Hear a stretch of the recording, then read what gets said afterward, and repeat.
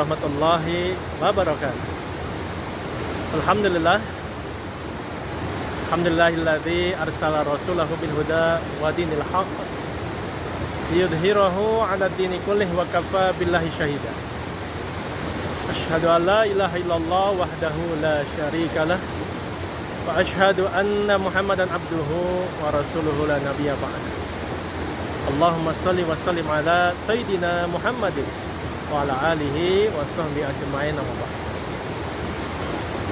Pemirsa yang saya hormati, ada seorang ulama yang bernama Imam Hasan al-Banna rahimahullah. Seorang ulama dari Mesir. Dia pernah menyampaikan dalam satu ungkapannya tentang 10 pesan atau 10 wasiat yang penting untuk diperhatikan oleh umat Islam. Apa pesan dan wasiat ini, pemirsa yang berbahagia? Mari kita simak. Yang pertama, wasiat beliau adalah dirikanlah sholat dengan segera manakala telah mendengar azan, sepanjang tidak ada uzur bagimu. Yang kedua, bacalah Al-Quran, telaah dan dengarkanlah pembahasan ilmu.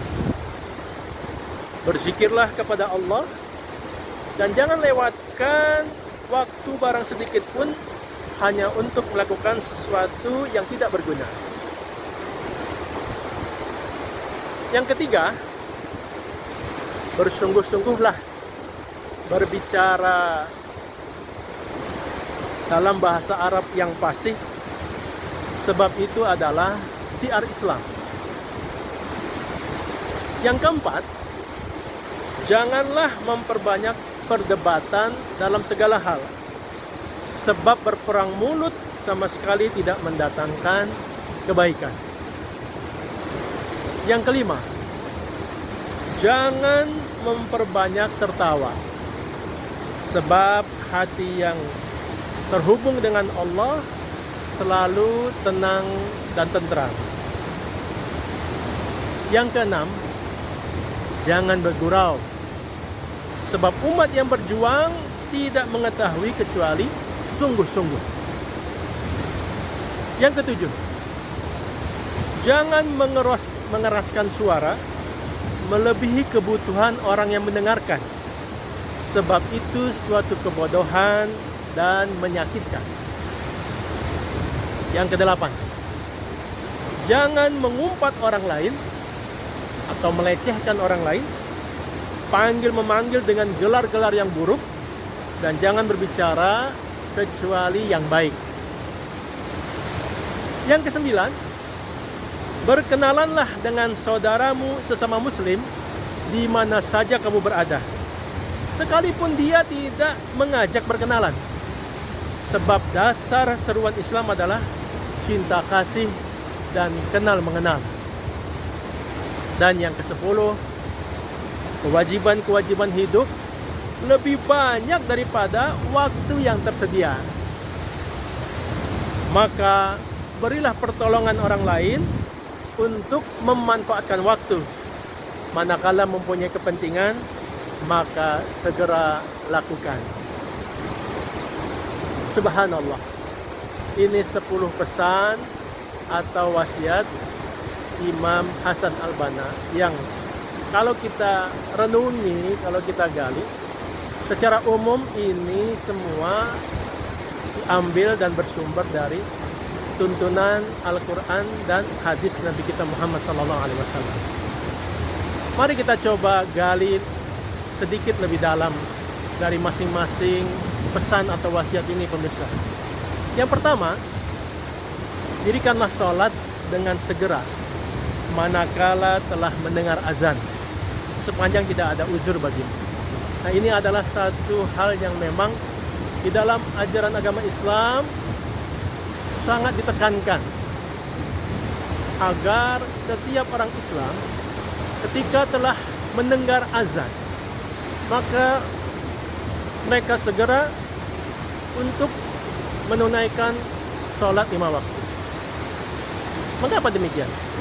Karena azan adalah panggilan dari Allah Subhanahu wa Ta'ala agar manusia mau melaksanakan ketundukan, mau ruku dan sujud kepada Sang Maha Pencipta Allah Subhanahu wa Ta'ala.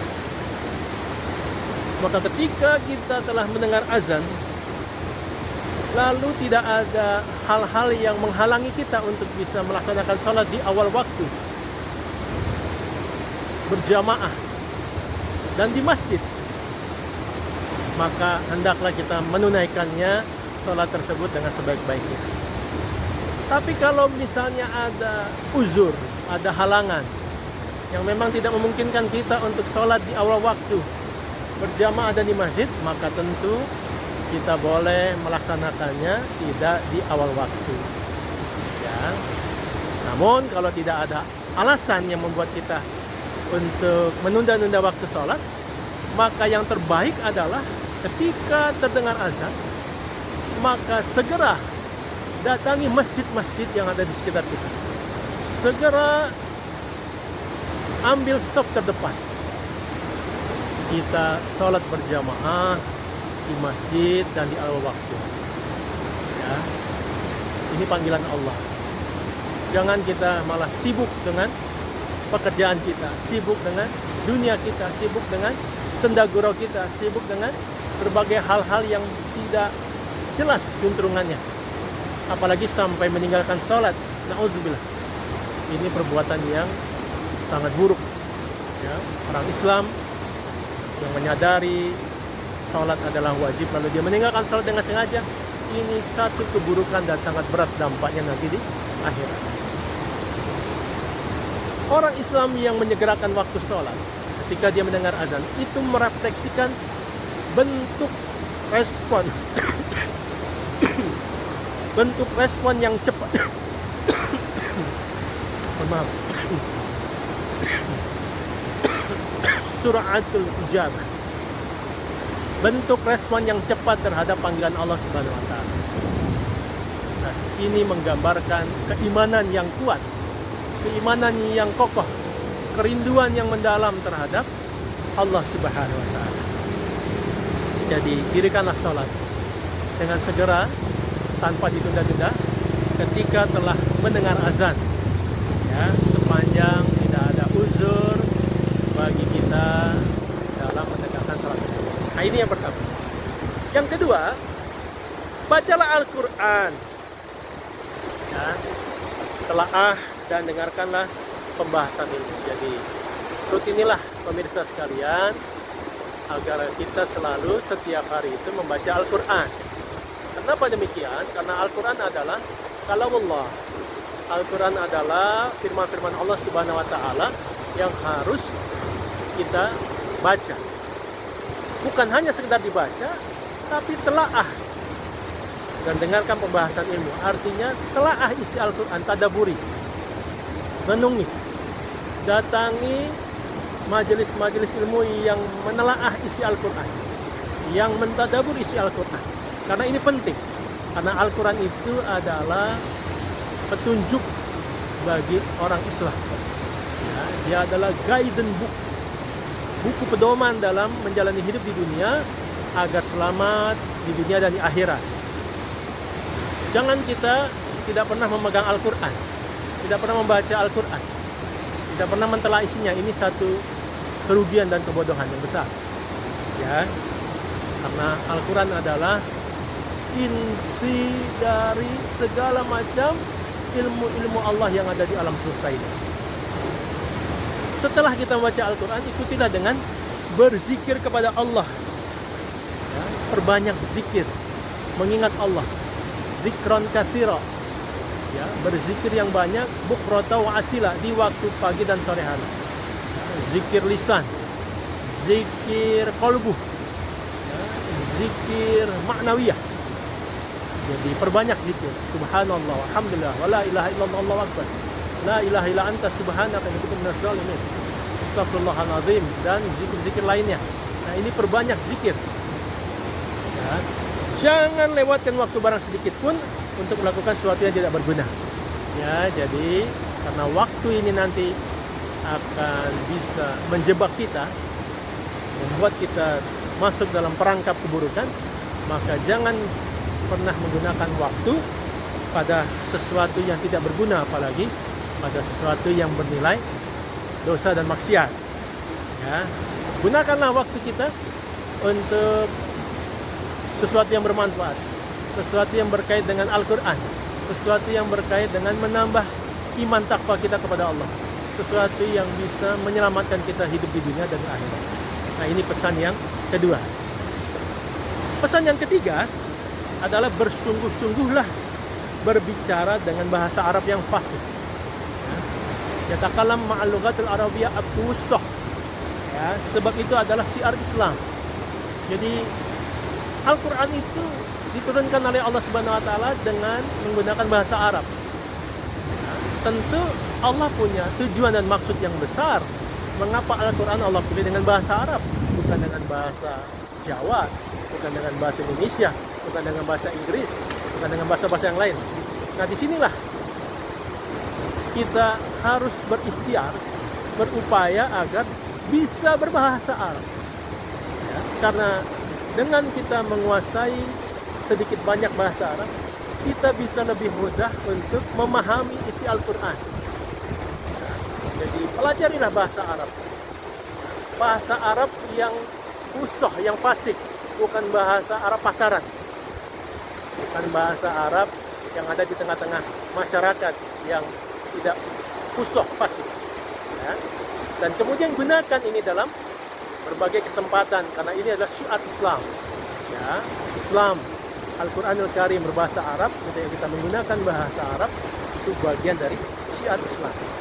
Ya, jangan sekedar pandai bahasa Inggris, pandai bahasa Mandarin, bahasa Jepang, tapi nggak pandai baca Al-Quran bahasa Arab.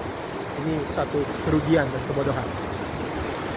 Ya, itu yang ketiga. Yang keempat, janganlah memperbanyak perdebatan dalam segala hal, sebab berperang mulut, al-jidal, ya, sama sekali tidak mendatangkan kebaikan. Nah, jadi di dalam pesan yang keempat ini, hendaknya kita tidak membiasakan diri untuk berdebat, debat kusir tentunya. Berargumentasi tentu boleh dalam menyampaikan ide gagasan kita dan menyampaikan pengokohan terhadap ide gagasan kita. Tetapi ketika tampaknya tidak lagi menemui titik temu yang jelas, masing-masing ingin bertahan dengan pendapatnya, lalu masuk ke dalam wilayah jidal, perdebatan, debat kusir yang tidak ada berkepanjang, tidak ada ujung-ujungnya, maka tentu lebih baik kita menghentikan, ya, debat tersebut, karena tidak ada kebaikan di dalam satu perdebatan yang tidak ada juntrungannya. Masing-masing akan mempertahankan pendapatnya dan tidak ada yang mau menerima. Lebih baik ditinggalkan, walaupun itu kebenaran. Ya, ketika satu kebenaran diperdebatkan hingga sampai terjadi debat kusir yang tidak ada juntrungannya, lebih baik kita tinggalkan. Tidak ada kebaikan sama sekali. Ini hal yang penting, karena hari-hari ini kita sering lihat orang suka sekali berdebat, suka sekali berjidal, hanya ingin memperlihatkan kemampuan intelektualnya, egonya, ya, bukan substansi menyampaikan satu kebenaran. Yang kelima, Muhammad SAW mengatakan jangan memperbanyak tertawa, sebab hati yang terhubung dengan Allah selalu tenang, tentram. Ya, jadi orang beriman itu jangan terlalu banyak tertawa. Ya, dalam satu hadis katakan, inna katsirud dhahik tamutun qalb. Orang yang banyak tertawa itu akan mematikan hati. Orang yang tertawa, apalagi tertawanya terbahak-bahak, itu menggambarkan sesuatu yang tidak penuh dengan kesungguhan, ya, sesuatu yang membuat hati menjadi lalai. Ya, jadi Rasulullah SAW itu tidak pernah tertawa sampai terbahak-bahak. Pun kalau dia tertawa tersenyum, ya, hingga gigi gerahamnya kelihatan dan tidak sampai kelihatan amandelnya ya. Nah, jadi ini kita hendaknya memilih teman-teman yang membawa kita kepada kesungguhan, kepada sesuatu yang membawa banyak manfaat dunia dan akhirat, bukan banyak guyonan. Ya, di dalam hidup itu guyonan boleh, bercanda boleh, tetapi bukan dominan. Ya, ibarat sayur, ya, dalam satu mangkok, maka guyonan itu garamnya, ya, hanya sedikit saja di dalam sayur tersebut garam itu, bukan isinya sayur garamnya sama dengan semangkok itu pahit jadinya. Itu tidak baik ya. Orang yang banyak bercanda, banyak bergurau, maka ya tertawa ya, itu tidak akan membawa kesungguhan.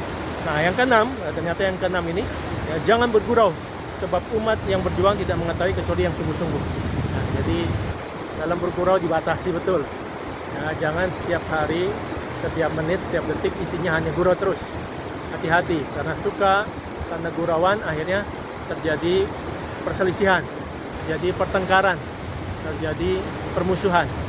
Ya, gurau sedikit saja, tidak terlalu banyak ya. Pun kalau perlu tidak usah ya, dihindarilah karena tidak ada manfaatnya. Kemudian yang ketujuh, jangan mengeraskan suara melebihi kebutuhan orang yang mendengarkan. Ya, sebab itu adalah suatu kebodohan dan menyakitkan. Nah, jadi di sini ketika kita berbicara dengan orang lain, ya, hendaknya kita bisa mengukur kebutuhan dari suara kita, volumenya. Ya, karena ketika kita berbicara dengan suara yang sangat keras, itu akan membuat orang menjadi sakit telinganya dan menggambarkan kebodohan kita. Kalau kita berhadapan dengan dua orang, berikan volume suara kita untuk dua orang. Kalau kita berbicara di hadapan 40 orang, maka berikan volume untuk 40 orang. Ya, jangan suka menaikkan volume di atas kebutuhan, karena itu membuat sakit gendang telinga dan menggambarkan kebodohan. Ya, ini adalah hal-hal yang kelihatannya sepele, tapi sebenarnya sangat penting untuk kita perhatikan. Ya, sesuaikan dengan kebutuhan, dan ini juga akan membawa kebaikan. Yang ke-8, jangan mengumpat orang lain, mencela orang lain, memanggil dengan gelar-gelar yang buruk, dan jangan berbicara kecuali dengan kalimat-kalimat pembicaraan yang baik saja. Nah, di sini kita coba senantiasa ya untuk menjaga lisan, menjaga perbuatan. Ya, jangan suka mencela, ya, menghina, melecehkan teman-teman kita, orang lain. Ya, karena ketika kita menghina, melecehkan orang lain, apakah itu fisiknya, apakah itu ya kondisi ekonominya, atau apapun juga, nah ini akan membawa dampak yang buruk, ya, apalagi fisiknya, karena itu adalah ciptaan Allah. Dia tidak akan pernah meminta sesuatu yang buruk buat fisiknya, tapi kemudian kita cela, maka ini adalah sesuatu yang tidak baik. Jangan berbicara kecuali yang baik-baik saja. Lebih baik kita diam daripada kita mengeluarkan kalimat-kalimat yang buruk. Ya, itu bentuk dari iman kepada Allah. Man amana billahi wal yawmil akhir falyaqul khairan aw liyasmut, begitu kata Nabi. Siapa yang beriman kepada Allah dan hari akhir, hendaklah dia berkata yang baik atau dia diam. Dan yang ke-9, berkenalanlah dengan saudaramu sesama muslim di mana saja kamu berada, sekalipun dia tidak mengajak berkenalan, sebab dasar seruan Islam adalah cinta kasih dan kenal mengenal. Jadi di sini dalam berbagai kesempatan kita gunakan kesempatan untuk saling mengenal dengan saudara kita, sesama umat Islam. Nah, dimanapun kita berada, nah, upayakan kita bisa mengenal orang-orang yang di sekitar kita, karena memang itu ruh ya dari Islam, yaitu lita'arofu, cinta kasih, saling kenal mengenal. Dengan cara begini nanti kita bisa memberikan masukan nilai-nilai kebaikan, kita bisa memberikan masukan hal-hal yang positif setelah berkenalan. Ya, silaturahim. Jadi semakin banyak saudara kita yang kenal dengan kita, ini akan bermanfaat dan di dunia di akhirat ya. Ini manfaatnya sangat besar. Jadi upayakan kita berkenalan dengan berbagai macam ya, saudara kita yang lain dalam berbagai kesempatan supaya kita semakin mendapatkan keberkahan dari Allah Subhanahu wa taala. Dan yang terakhir, yang ke-10, kewajiban hidup lebih banyak daripada waktu yang tersedia. Maka berilah pertolongan orang lain untuk memanfaatkan waktu, manakala mempunyai kepentingan maka segera lakukan. Jadi karena hidup kita ini memang dibatasi oleh waktu 24 jam, maka hendaknya kita bisa menggunakan waktu kita itu dengan sebaik-baiknya. Al-wajibat aktsaru minal awqat. Ya, kewajiban yang dibebankan Allah kepada kita itu lebih banyak daripada waktu yang tersedia.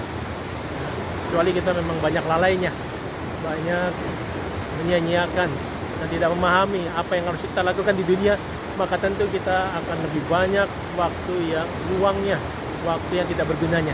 Tapi orang yang mengerti dan paham tentang kewajiban hidup di dunia, untuk apa dia hidup di dunia, tentu dia akan merasakan kewajiban yang Allah bebankan itu lebih besar, lebih banyak daripada waktu yang tersedia.